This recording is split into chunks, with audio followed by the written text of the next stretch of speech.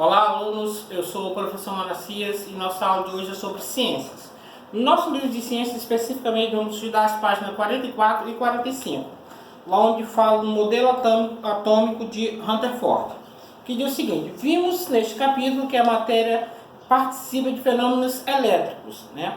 Materiais como lã, plástico, vidro e seda podem ser eletrizados se forem atritados uns aos outros. Mas o modelo atômico de Dalton, isto é, a concepção científica elaborada por Dalton de como é o átomo, que estudamos no capítulo anterior, não leva essa conta aspectos elétricos da matéria. Então veja bem, quando nós estudamos o modelo atômico de Dalton, que é especificamente esse modelo aqui, que tem uma forma esférica e cheia de bolinhas, algumas positivas e outras negativas. É assim que Dalton imaginava que era o átomo, né? Uma esfera com cargas positivas e negativas. Só que ele imaginava ela maciça, ela muito pequena e indivisível.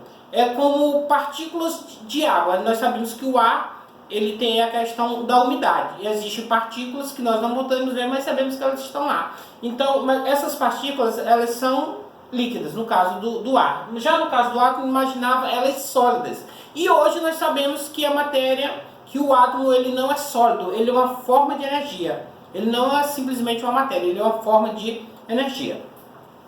Aqui diz o seguinte: gases, de modo geral, não conduzem corrente elétrica quando há pressão ambiente. No entanto, na segunda metade do século XIX, alguns cientistas demonstraram que, quando submetidos a baixas pressões, os gases podem se tornar condutores elétricos. Então, o que é que isso significa? Os gases, inicialmente, foram os primeiros a serem estudados nessa questão, por conduzirem uma certa quantidade de energia. Se imaginou que seria, no caso, mínima, mas se percebeu que, com o tempo, os gases eles podiam transmitir cargas positivas e negativas. Aqui é o seguinte: o cientista inglês Joseph John Thomson, que nasceu em 1856 e morreu em 1940, concluiu em 1897 que existe uma partícula menor que o átomo dotada de carga elétrica negativa. Essas partículas subatômicas, isto é, menor que o átomo, possuem a denominação elétron.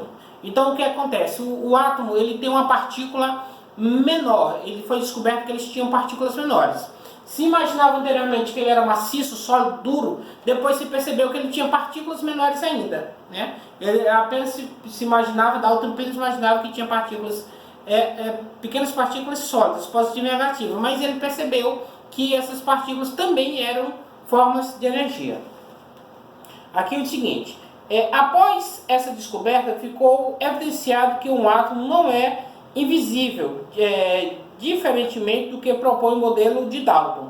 Ainda no século XIX, novos experimentos conduziram à descoberta de outra partícula subatômica, que tem massa de 1836 vezes maior que a do elétron, né? E é dotada de carga elétrica equivalente à dele, só que positiva. Para designar essa partícula é utilizado o nome próton. Então, no caso, Thomson, ele revolucionou o sistema criado por Dalton. Por quê? Porque ele foi capaz de determinar quem eram os elétrons e quem eram os prótons. Determinou que o elétron era negativo e determinou que o próton era positivo. Tá certo?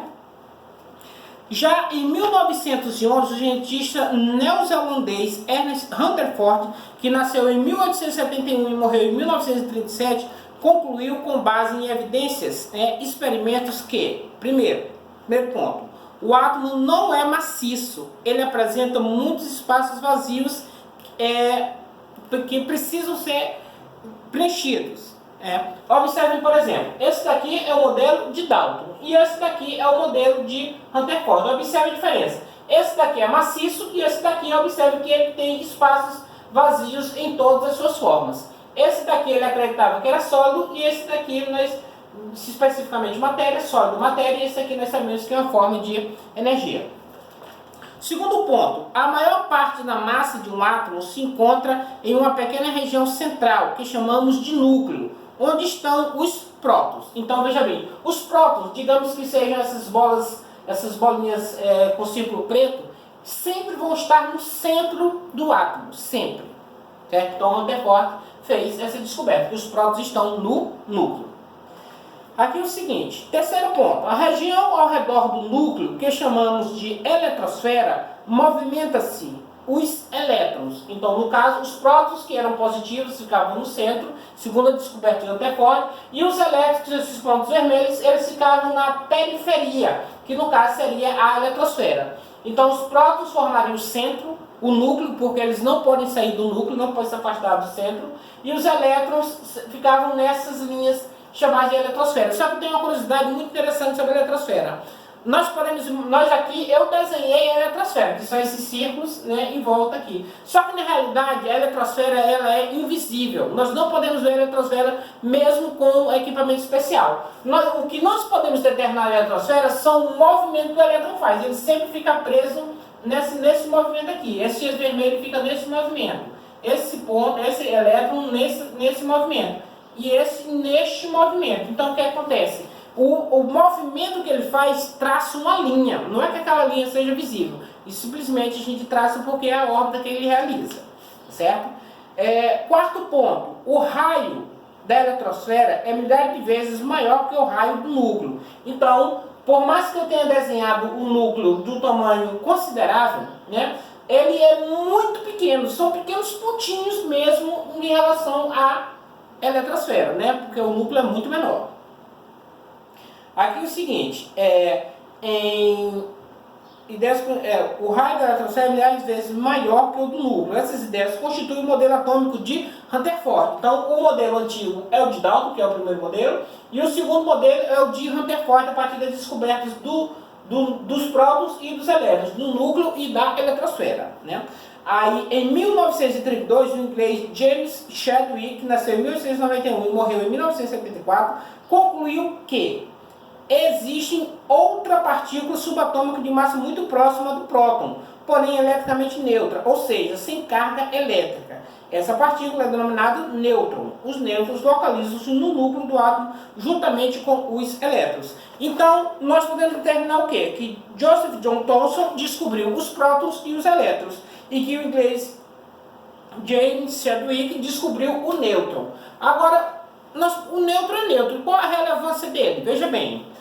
Quando foi descoberto os prótons, se imaginou que ele tinha carga positiva e o elétron carga negativa. Mas nós sabemos que os opostos, em relação às cargas, os opostos se atraem. Uma carga positiva atrai uma negativa e elas acabam se anulando ou se destruindo. Mas, então, tinha esse defeito. Mas então, o que separava os dois? O que mantinha o próton no núcleo e a eletrosfera e o elétron na eletrosfera longe um do outro? Seriam os nêutrons. Ele exerce essa função.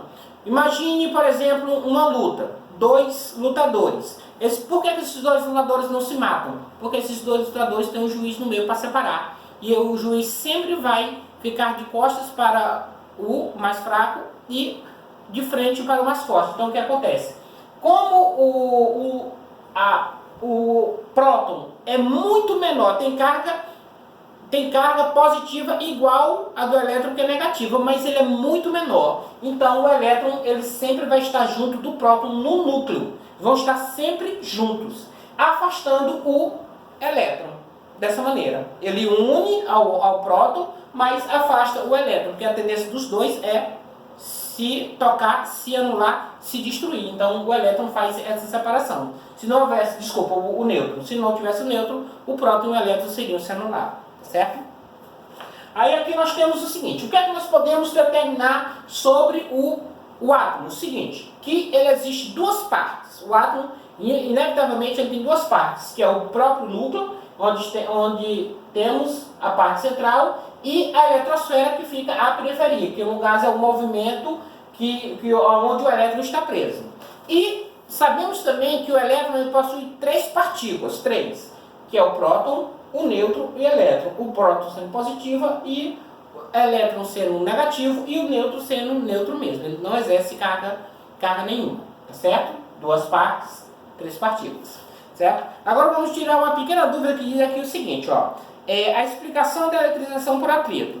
Neste capítulo foi apresentado o fenômeno da eletrização por atrito, aquela que nós falamos na aula anterior, quando você tem um objeto e um outro objeto, você esfrega um no outro e eles acabam gerando duas cargas. Se essas cargas forem opostas, eles se atraem. Se essas cargas forem iguais, eles se afastam.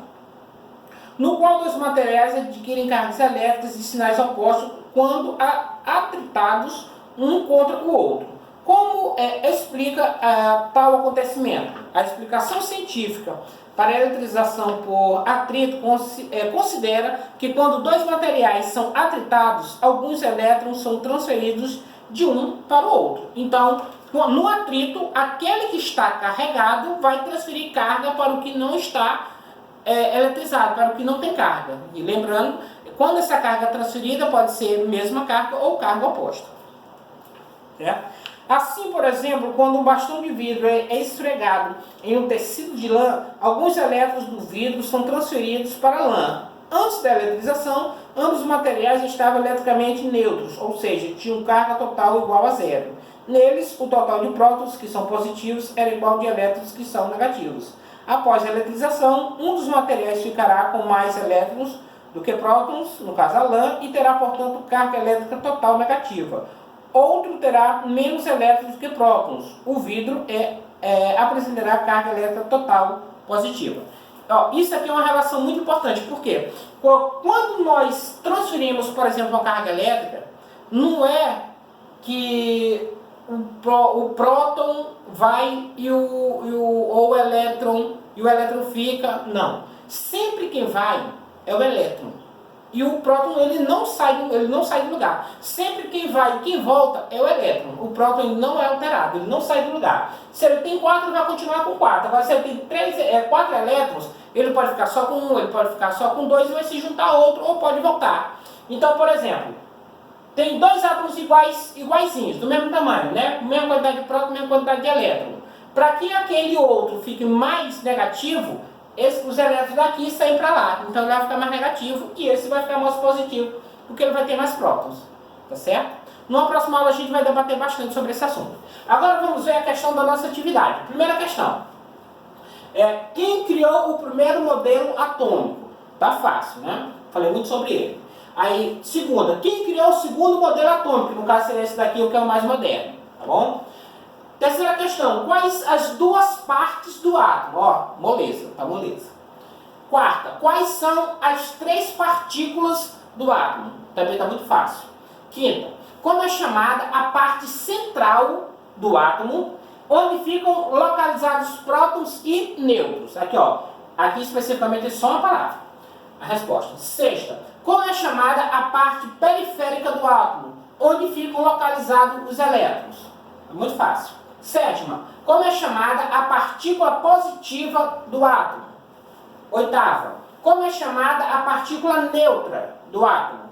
E a nona, como é chamada a partícula negativa do átomo? Todas as perguntas estão fáceis. Aqui olhando para a figura você já sabe determinar quais são as respostas, certo?